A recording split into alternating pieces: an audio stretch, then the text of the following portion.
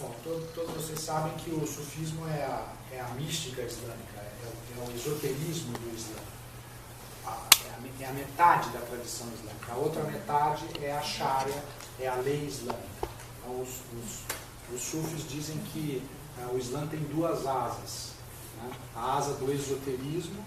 Esoterismo é uma palavra de origem grega que significa tudo aquilo que se refere ao interior. E exoterismo também é uma palavra grega que diz respeito a tudo aquilo que concerne ao exterior. Né? Então, o sufismo é o esoterismo do Islã e a lei islâmica, ou a Sharia, é o exoterismo do Islã. O exoterismo diz respeito à moral, à aplicação social dos princípios da religião, diz respeito à ação. E o esoterismo, no caso do sufismo, diz respeito à interioridade, à mística e à contemplação. Talvez, para deixar isso mais claro, vou fazer uma comparação com a tradição cristã. Existe no Novo Testamento, existe uma passagem muito conhecida nos Evangelhos, que Jesus visita a casa de seus amigos, Lázaro, Marta e Maria. Lázaro é aquele que Jesus ressuscitou, e Maria e Marta são irmãs de Lázaro. E Jesus está transmitindo seus ensinamentos para Marta na sala, né? e Maria, a irmã, cuidando da casa, fazendo a comida, limpando a casa, se agitando em torno. E aí chega um momento em que Marta reclama da irmã, pede para a irmã ajudá-la. E Jesus toma o partido de Maria, fala para ela, uma passagem célebre do Novo Testamento. Marta, Marta, tu te preocupas com muitas coisas, uma só é necessária. Maria escolheu a melhor parte. Então vocês veem que no cristianismo também existe a dimensão exotérica, nessa história representada por Marta, a via da ação, e Maria representa a contemplação ou o esoterismo. Então, no caso da tradição islâmica, Maria seria um exemplo do sufismo, tá? Da contemplação. Essa divisão, antes disso, esses dois termos, né, exoterismo e esoterismo, eles existem em todas as religiões. No sufismo isso é muito claro, e a gente vai desenvolver hoje aqui, ao longo desse nosso encontro, mas em todas as outras religiões essas duas dimensões também existem. Então, no cristianismo, eu acabei de falar das vias de Marta e de Maria, da contemplação e da ação, da religião comum e da mística. No judaísmo, essa divisão também é clara. Tem a lei mosaica, que é obrigatória para todos os judeus, e tem a Cabala, que é o esoterismo judaico. Tá? Depois, essas são as três principais religiões da família monoteísta semita abraâmica. Tem três famílias principais de religião, eu vou falar delas daqui a pouco, mas agora é importante que vocês memorizem que o Islã é a última manifestação, ou o último fruto, ou o último galho dessa família monoteísta semita abraâmica. A anterior foi o cristianismo, o judaísmo, mas antes disso tudo, existiu o que se pode chamar de monoteísmo primordial, que é o de Abraão. Porque Abraão não era judeu. Abraão era o proto-semita. De Abraão vêm os cristãos, os judeus e os muçulmanos. Todas as tradições monoteístas, semitas e abraâmicas. Então por que eles têm esse nome? Porque todas elas remetem a Abraão. E quem foi Abraão? Abraão viveu cerca de 2000 anos antes de Cristo. 4000 anos antes de hoje. Né? Depois de Abraão, em que na tradição abraâmica, eu vou fazer um quadrinho ali para ficar mais fácil de memorizar.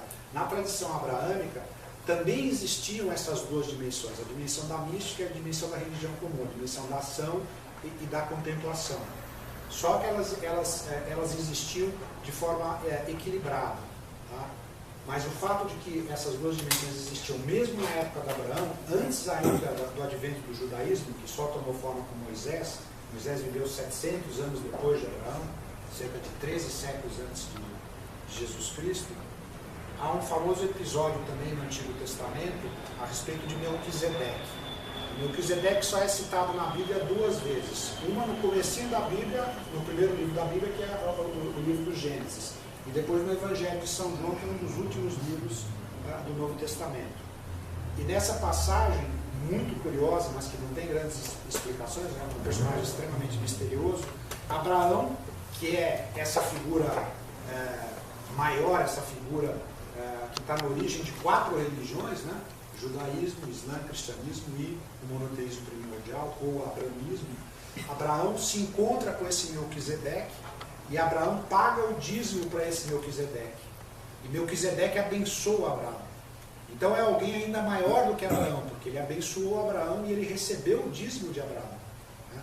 E depois, no final do Novo Testamento, São João se refere a Melquisedeque para dizer que Jesus Cristo era um mestre espiritual da linhagem de Melquisedeque. Melquisedeque utilizava também o pão e o vinho nos seus ritos. Então, quem foi Melquisedeque? Melquisedeque, então, foi o representante por excelência da dimensão esotérica no monoteísmo primordial. Tá?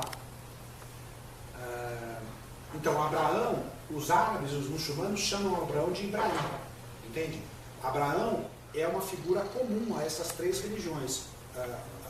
Normalmente no Ocidente se associa Abraão ao judaísmo, mas Abraão não é o pai do judaísmo. O pai do judaísmo é Moisés. O Abraão é anterior, Abraão é o proto-semita, é o semita original, é o monoteísmo primordial. Os judeus vêm através de Abraão e de sua mulher Sara, e daí vem Isaac. Né? Sara e Isaac. Aí começa o ramo judaico. E do outro lado, Abraão, antes de ter o filho Isaac, tem Ismael, com a escrava egípcia Agar. Então, tem Abraão aqui, o ramo judaico vai com Sara e Isaac, depois todos os profetas, depois Moisés, depois Abraão e Davi, e finalmente a Virgem Maria e Jesus Cristo. E do outro lado, tem uma outra linhagem monoteísta, que sai de Abraão também, Agar, Ismael, e depois o profeta Maomé. Tá?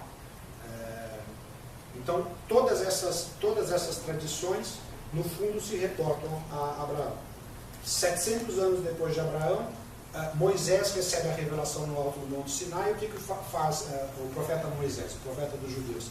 Ele faz uma adaptação desse patrimônio monoteísta original de Abraão para as novas condições cíclicas históricas, né? E faz uma adaptação para o povo judeu. Então, o mosaísmo é uma religião específica do povo judeu, não é uma religião como o cristianismo, o islã, o budismo, que são religiões universais, missionárias, que visam ter adeptos e converter gente independentemente da origem étnica, origem racial, do gênero, da classe social. O judaísmo é uma religião apenas do povo judaico. Mas também no judaísmo a gente nota que há essa divisão entre o exoterismo e o esoterismo. O exoterismo judaico é a lei judaica. Tá? Vocês todos sabem que no sábado o judeu não faz uma série de atividades, por quê? Porque está lá na Torá, está lá na lei judaica, essa revelação que Moisés recebeu. Que o judeu tem uma série de regras alimentares.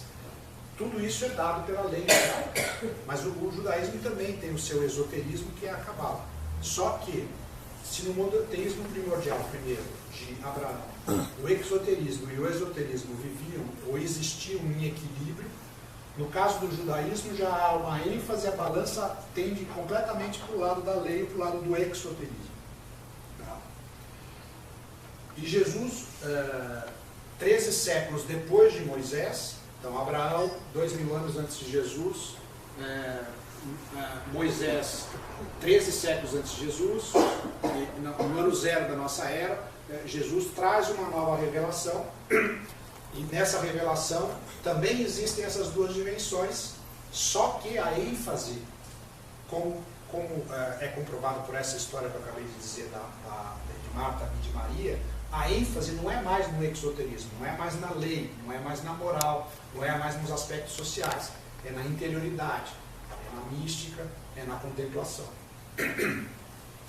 Ficou claro até aqui? Eu vou usar esse quadro aqui para colocar isso aqui, esses dois ciclos monoteístas, Para vocês terem uma maneira de recordar disso.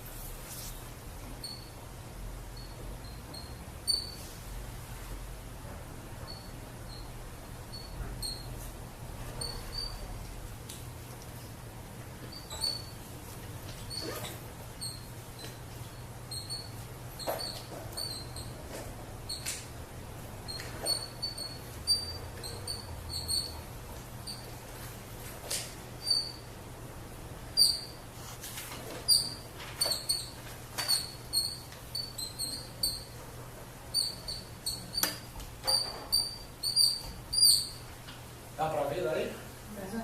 Então, só para repetir. Abraão, tá? 2000 a.C., os árabes vêm daqui, Agar e Ismael, Maomé morre em 632 depois de Cristo, século VII.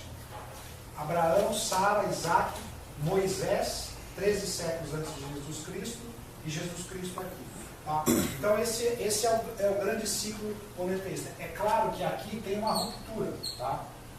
Porque os judeus, o establishment religioso judaico, rompeu com o cristianismo e rompeu com Jesus Cristo. Se não tivesse havido essa ruptura, se os judeus não tivessem rejeitado o Messias, essas duas tradições estariam juntas, o judaísmo e o cristianismo. Você poderia imaginar essas duas tradições juntas, a tradição judaico-cristã, em que o judaísmo, ou o mosaísmo, a revelação mosaica, representaria o lado exotérico, o lado da lei, das proibições, das regras sociais, das prescrições sociais, e o cristianismo representando a mística ou o esoterismo. Mas quis a história que essas duas tradições não caminhassem juntas, então o cristianismo se tornou uma religião autônoma, né? Totalmente autônoma do judaísmo, e inclusive rejeitou a lei mosaica. Por exemplo, a lei mosaica, todos os judeus têm que passar pela circuncisão, têm que respeitar o sábado, tem as regras alimentares, etc. O cristianismo rompeu com tudo isso. Está dando para ler ali? A língua está meio... vou escrever mais maior, né? Bom, mas então, quem quiser anotar, né, pode pegar aquele símbolo. Mas, então, fazendo um resumo. Monoteísmo original de Abraão. Exoterismo e esoterismo num equilíbrio indiferenciado. Tá? Por que indiferenciado? Porque não, a fronteira de um e de outro não está claramente delimitada. Tá? Equilíbrio indiferenciado entre o esoterismo e o exoterismo. Depois Moisés, a revelação do Sinai. ênfase no lado exotérico. Depois o cristianismo, ênfase no lado místico ou esotérico, com essa história de Marte de Maria Prova.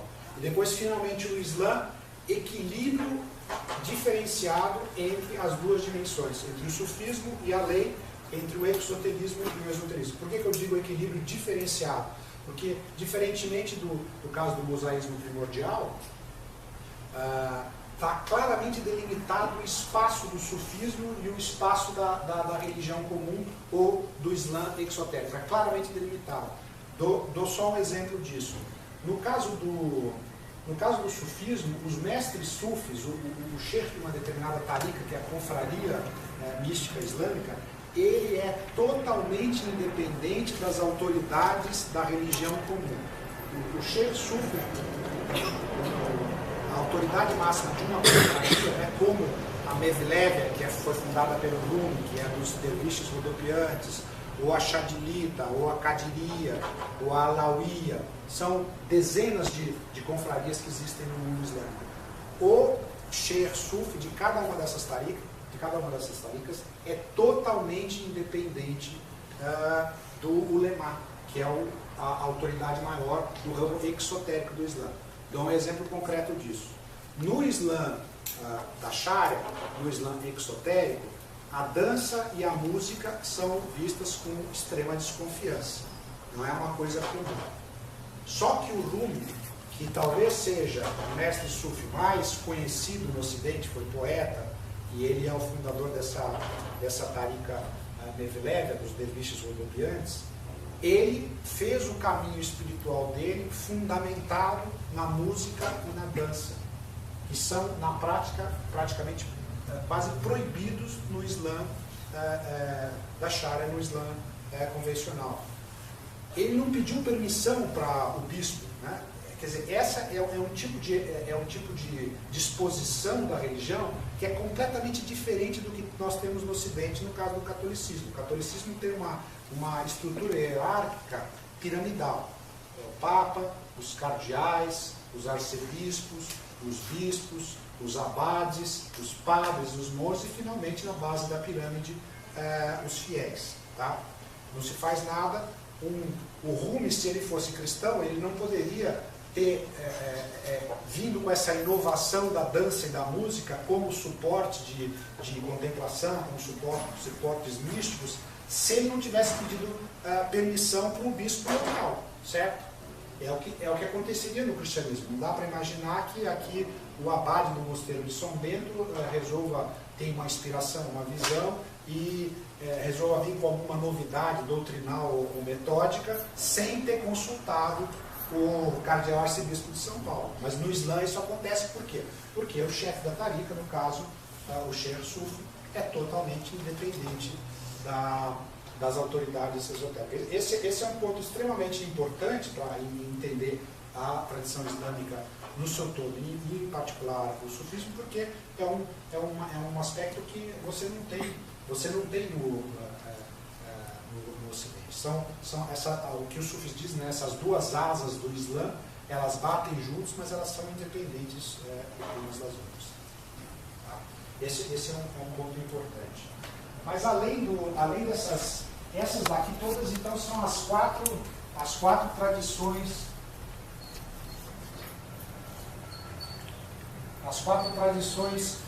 monoteístas, semitas e abraâmicas. Abraâmicas, porque todas elas remontam ao profeta Abraão. Monoteístas, porque um aspecto fundamental dessas religiões é o culto de um único Deus e não de uma multiplicidade de deuses, certo?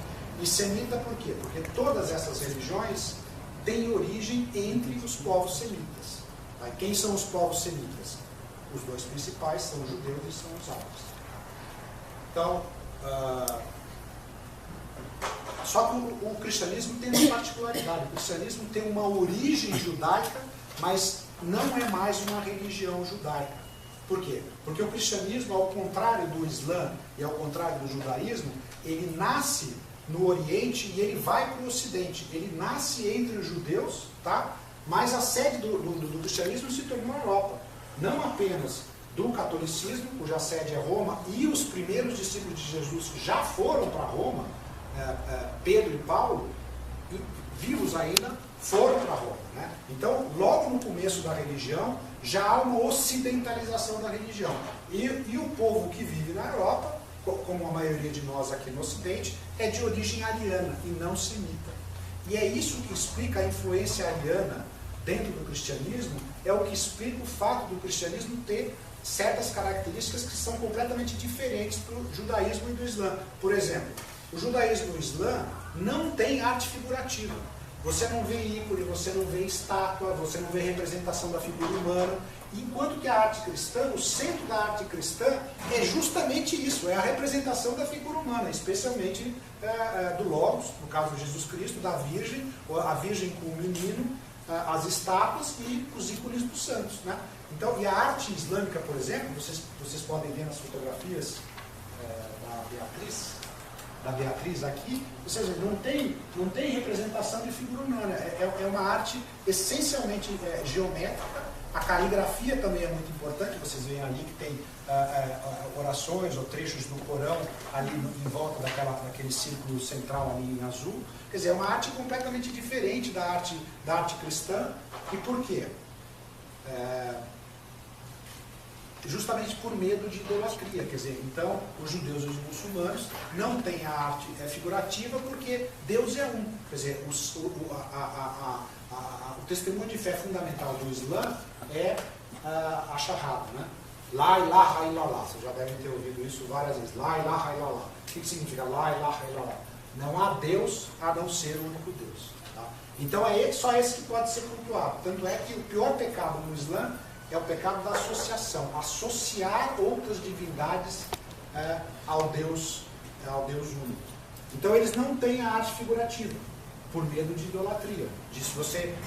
Aliás, os protestantes criticam os católicos hoje, falam, mas vocês têm aí o ícone da Virgem Maria e vocês ficam cultuando essa imagem. O católico não está cultuando a imagem da Virgem Maria, está cultuando o espírito, a força, a bênção que tem por trás disso, né? Mas o muçulmano também talvez faça exatamente a mesma crítica, mas, claro, o muçulmano comum sem conhecimento das coisas, sem conhecimento de outras religiões, e na mesma coisa com relação ao protestante que tem o conhecimento.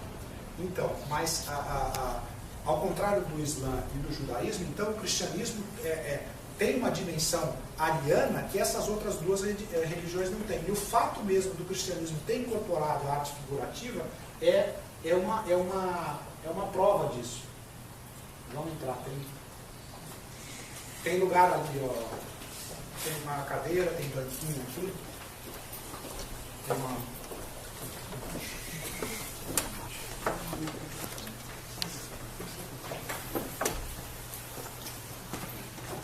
Tá? Então agora eu vou apagar esse esquema aqui e vou fazer o esquema das...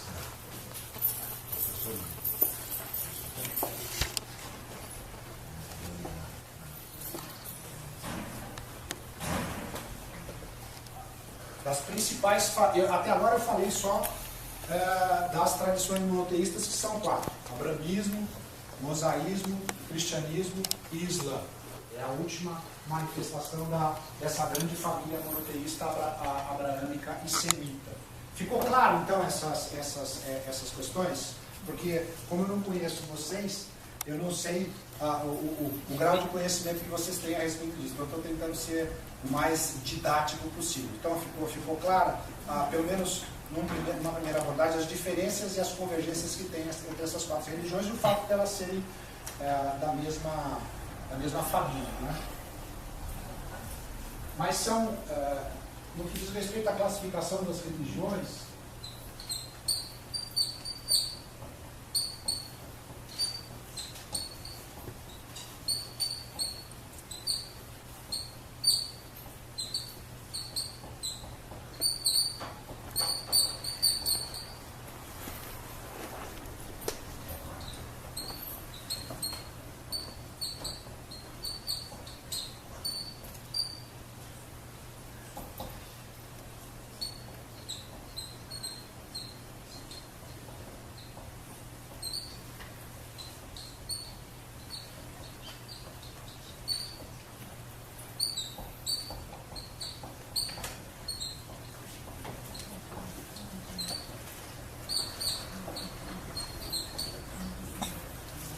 então essa família religiosa já está explicada, já ficou claro.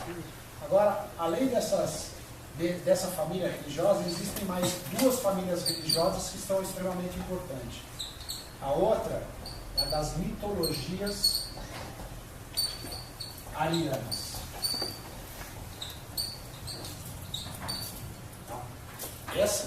Essa família das mitologias arianas é completamente diferente do monoteísmo semita. Tá? Por que chama mitologia? Porque não tem uma origem histórica. Por que chama ariana? Porque não tem origem entre os semitas e tem origem entre os povos arianos. E quem são os povos arianos? São os indianos, são os persas e são os europeus. Então os europeus são os arianos ocidentais, e os persas e os hindus são os arianos orientais. E quais são as religiões que pertencem a essa família? O hinduísmo, o budismo, o zoroastrianismo e as antigas religiões europeias, como a religião dos celtas, os famosos druidas, tá? Que deixaram de existir com a chegada do cristianismo na Europa, a antiga religião germânica, que o Hitler e o nazismo tentaram reviver, a antiga religião grega e a antiga religião romana. Então essas estão extintas, o druidismo, a religião germânica, a religião grego-romana, essas estão extintas, mas o hinduísmo, o budismo e o zoroastrianismo estão vivos ainda. O budismo e o hinduísmo são religiões importantíssimas até hoje em dia. O zoroastrianismo ainda existe, apesar de ser uma religião hoje totalmente minoritária. Tem pequenas comunidades no Irã, no norte da Índia, em alguns lugares da Europa e dos Estados Unidos. Mas é uma religião que continua viva. E é uma religião de tipo, é uma mitologia ariana. O zoroastrianismo era a religião predominante na Pérsia quando o Islã começou a chegar na Pérsia. O Islã começou a chegar na Pérsia logo no século VII. O profeta Maomé morreu em 632. O calendário islâmico começa em 622. É a Hégira, a fuga de Meca para Medina do profeta Maomé. Quando os exércitos árabes chegaram na Pérsia, ainda no século VII, a religião predominante era o zoroastrianismo. E o Islã demorou séculos até se tornar a religião predominante na Pérsia. Por quê? Justamente porque os muçulmanos, ao contrário do que a gente acredita aqui, o Islã não força ninguém a se converter. Esse é o primeiro exemplo da Pérsia, que as populações anteriormente zoroastrianas foram se convertendo ao longo dos séculos para o Islã. E no caso de presença islâmica, por exemplo, na Grécia, na Espanha, em Portugal, nos Balcãs, na Europa, do lado da Itália, onde hoje é a Iugoslávia. Os muçulmanos ficaram 8 séculos na Espanha e em Portugal. Eles não converteram nenhum muçulmano, nenhum português e espanhol. Portugal e Espanha continuam países católicos até hoje. Os muçulmanos ficaram 4 ou 5 séculos na Grécia. A Grécia continua sendo um país cristão ortodoxo. Nenhum deles se converteu, talvez um ou outro tenha se convertido, mas não houve uma campanha. Ou você se converte ao Islã ou você perde a sua cabeça. Né? Não houve isso. E no caso da Pérsia também, com relação ao zoroastrianismo, também não houve isso. Bom, então essas são as mitologias arianas.